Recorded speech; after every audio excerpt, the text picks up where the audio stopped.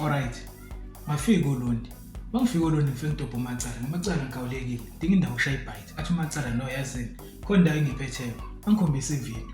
Ngithi ngiyabheka la ngithi Matsala ekhipha la Matsala ngingabusabuza. Ziyakhipha la. Asihambise ngakhona. Masifika ngakhona fica kushaya ithumbu, ivorce, isibindi kanye nenyama ebomvu. Hayi. Ixabiso lishaya phansi kakhulu. Ngithi mina ngaze ngiyibone le way. Athi uMatsala no yazini impela.